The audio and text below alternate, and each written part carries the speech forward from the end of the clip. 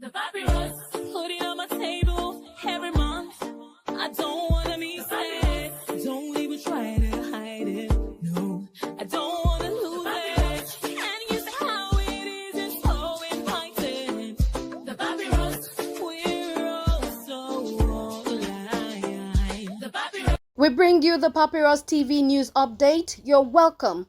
The headlines: El-Rufai rejects merger, urges Atiku, Obi, others to join SDP. Kano government clarifies court verdict on emirship dispute. Protesting Ijaw women tear down Wike's billboards in Rivers. Pan-Deaf youth issue 48-hour ultimatum to Wike. Tinubu urges unity beyond religion, defends economic reforms. Dangote refinery sparks petrol price war. Shell sells off Nigerian oil assets. The news in details. Former Kaduna State Governor Nasiru El-Rufai has dismissed the possibility of a merger among opposition parties, instead urging Atiku Abubakar, Peter Obi, Rotimi Amechi and Rauf Aregbesola to join the Social Democratic Party SDP ahead of the 2027 elections. El-Rufai, who recently resigned from the All Progressives Congress APC, criticized President Bola Tinubu's leadership, saying he had failed to deliver on expectations. "We supported Tinubu because of his achievements in Lagos, but he has failed," he said. Meanwhile, the presidency has insisted that Tinubu is focused on governance, not the 2027 elections.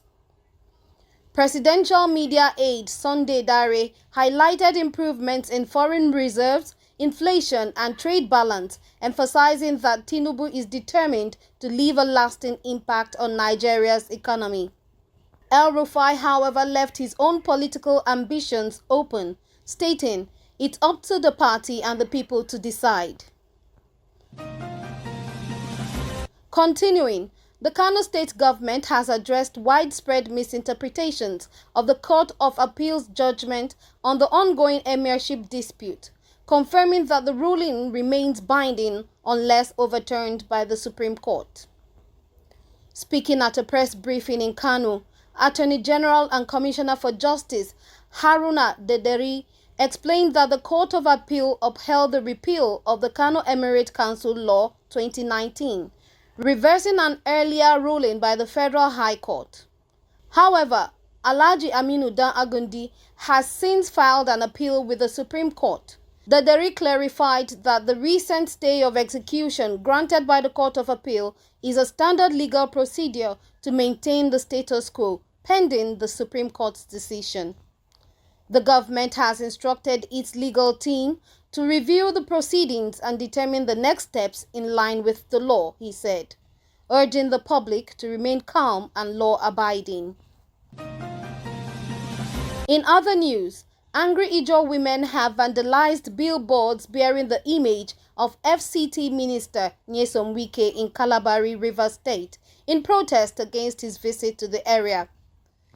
The protest took place in the early hours of Saturday, 15th March, as hundreds of women, dressed in black with white scarves, barricaded the road leading to Abalama, where Wike was being hosted at a grand reception by Ijaw stakeholders under the new Associates platform.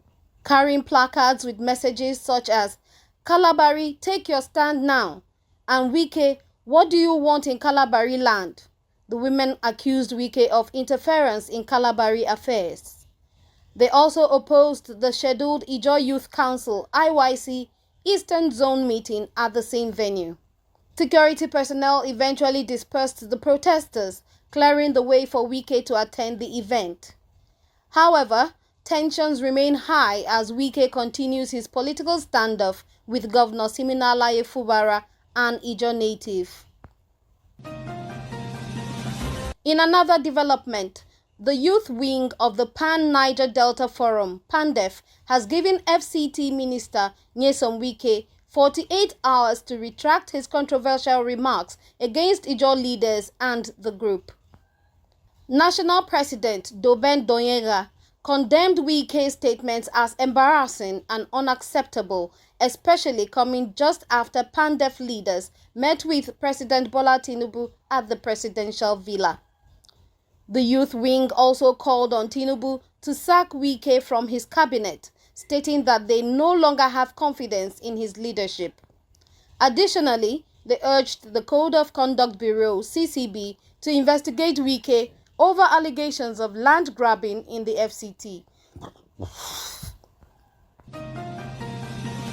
Moving on, President Bola Tinubu has called on Nigerians to move beyond religious divisions and focus on national development, stressing that poverty and insecurity affect everyone regardless of faith. Speaking in Abuja during a meeting with the Catholic Bishops' Conference of Nigeria (CBCN), Tinubu reiterated his commitment to religious tolerance and national progress. Poverty has no religious basis. It affects all, and we must fight it together, he said. Addressing concerns over economic hardship, Tinubu defended his administration's tough policy choices, including the removal of fuel subsidies. Yes, removing the fuel subsidy was hard, but Nigeria must not go bankrupt, he stated. He highlighted improvements in the economy, including increased investments, a stronger petroleum sector, and declining commodity prices as signs of progress. What seemed like a difficult beginning is now showing hope. Investors are coming in, and people are saying good things about Nigeria, Tinubu said. The president reassured religious leaders of his open door policy and ongoing efforts to improve security, adding, "This country must develop beyond religious bigotry." Furthermore, Aliko Dangote's 650,000 barrel per day refinery has triggered intense competition in Nigeria's downstream oil market by slashing the ex-depot price of petrol. This move has forced the Nigerian National Petroleum Corporation (NNPC) to adjust its pricing strategy to remain competitive. The price reduction has led to a notable drop in fuel costs in Lagos, aligning with broader market trends following the government's removal of fuel subsidies. With independent marketers reacting cautiously, industry observers suggest this could mark a shift toward a more market-driven fuel pricing system. While the development brings economic relief to consumers, concerns have emerged over potential monopolistic control. The Independent Petroleum Marketers Association of Nigeria (IPMAN) claims it was unaware of the price adjustments, raising questions about transparency in the industry. Analysts warn that if unchecked, Dangote's dominance in oil refining could mirror his stronghold in the cement sector. Stakeholders are calling for regulatory oversight to ensure a balanced market that benefits both businesses and consumers. Conclusively, Shell has officially completed the sale of its onshore subsidiary, Shell Petroleum Development Company (SPDC), to Renaissance, a consortium of 4 Nigerian oil firms and an international energy group.